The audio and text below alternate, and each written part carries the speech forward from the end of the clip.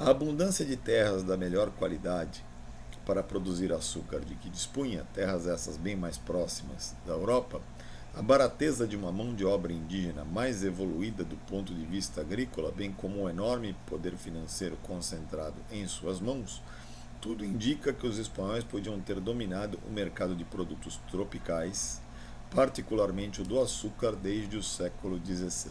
Atenção que aqui nós temos coisas interessantíssimas, né? De todos os argumentos que o Celso Furtado está enumerando, arrolando neste parágrafo, o único que detém alguma sustentação, gente, é o fato de que as terras para produzir açúcar das colônias espanholas, especialmente nas Antilhas, estavam bem mais próximas do que as terras da chamada América Portuguesa. Tá? Esse é um argumento que envolve custos de transporte. Beleza. É um argumento que se mede pela distância.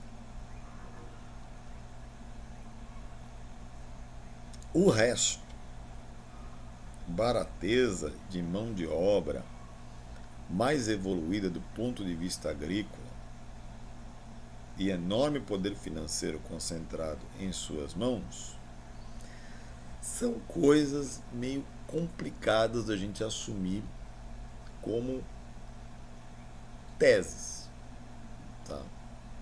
Eu acho que aí, na época, o Celso Furtado entrou muito mais, vamos dizer assim, ou nos argumentos de uma historiografia que já tem aí seus 60 anos, né, de discussão e de superação, ou então ele estava chutando, o que é bastante provável, certo? Porque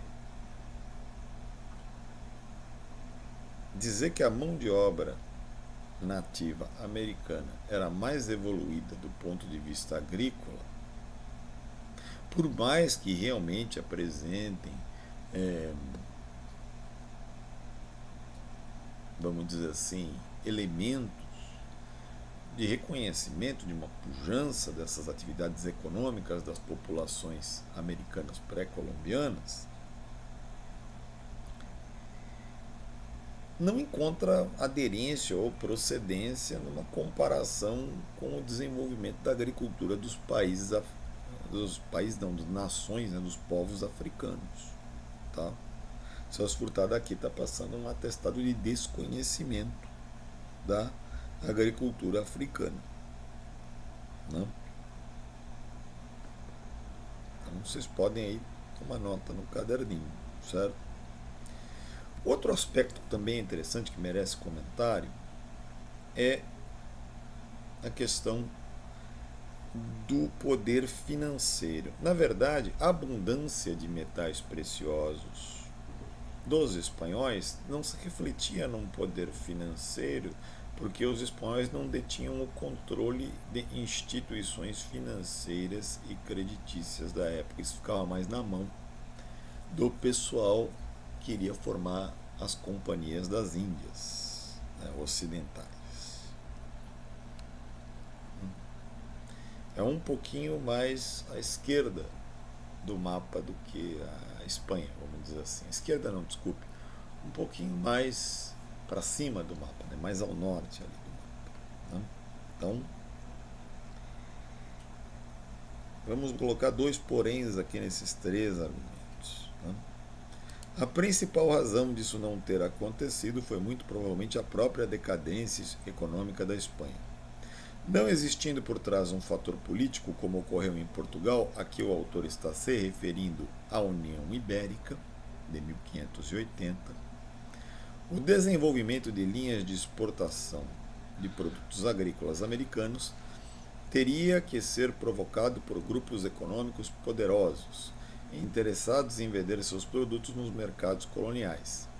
Seria de esperar que os produtores de manufaturas liderassem esse movimento, não fora a decadência em que entrou esse setor na etapa das grandes importações de metais preciosos e de concentração de renda em mãos do Estado espanhol.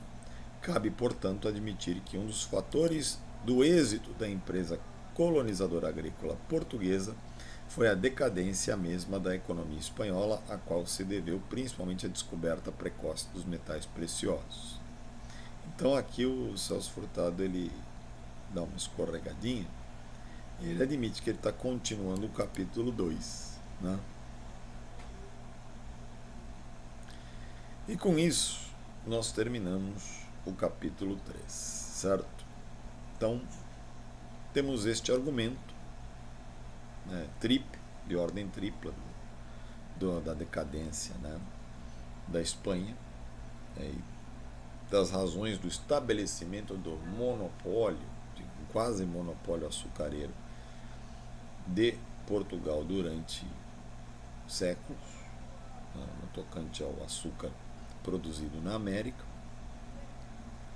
Monopólio esse que não era absoluto, era um quase monopólio, como a gente conhece pela história. Argumentos dos quais ele sustenta que só o da distância se mantém, né? Só a questão do custo de transação se mantém.